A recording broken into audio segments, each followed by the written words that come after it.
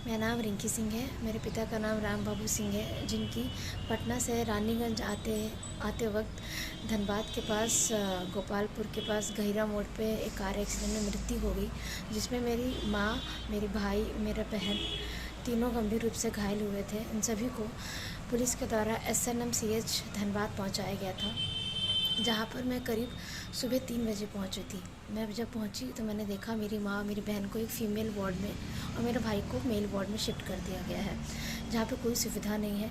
हम नर्स को बुलाते बुलाते थक जाते थे, दरवाजे पीटते रहते थे। करीब आधे घंटे 1 घंटे के बाद कोई एक नर्स आती थी। मेरी माँ को पेशाब के लिए जाना था, बट मेरी माँ की लोअर बॉडी बिल्कुल भी काम नहीं कर रही थी, एकदम हिल नहीं सकती थी, उनके हिप में बहुत चोट लगी थी।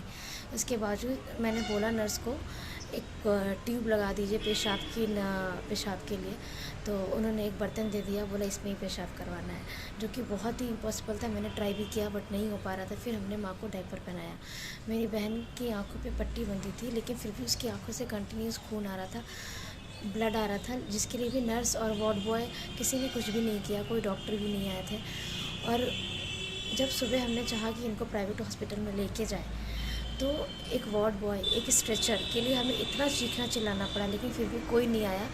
लास्टली हमने अपनी तरफ से प्राइवेट एम्बुलेंस बुलाया, स्ट्रेचर मंगवाया, और खुद मेरे घर के लोगों ने और एक वार्ड बॉय आया था, सब ने मिल मेरी माँ को एम्बुलेंस में बिठाया। यही नहीं, मेरी बहन की आंखों में कांच के टुकड़े घुसे हुए थे, उसको बिना साफ़ किए हुए इन्होंने बहुत बुरी तरह से आंखों पे सिलाई कर दी थी।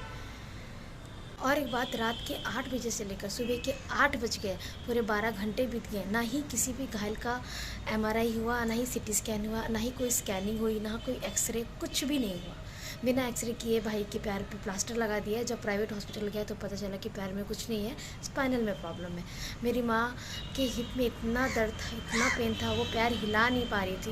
उनका भी कोई CT स्कैन नहीं, कोई MRI नहीं, कोई एक्सरे नहीं, कुछ भी नहीं। 12 घंटे ऐसे ही बीत गए। तो इमरजेंसी की क्या सुविधा मिली हमें? कुछ भी नहीं। सेम हालत मेरे भाई की भी थी, वो भी चल नहीं सकता था, उठ नहीं सकता था। उसके पैरों में लोगों ने कच्चा प्लास्टर बांध दिया था, और जब उसे भी बाथरूम के लिए जाना पड़ा तो वही घंटों हम लोग ढूंढ रहे हैं, वार्ड बॉय कहीं कोई नहीं है।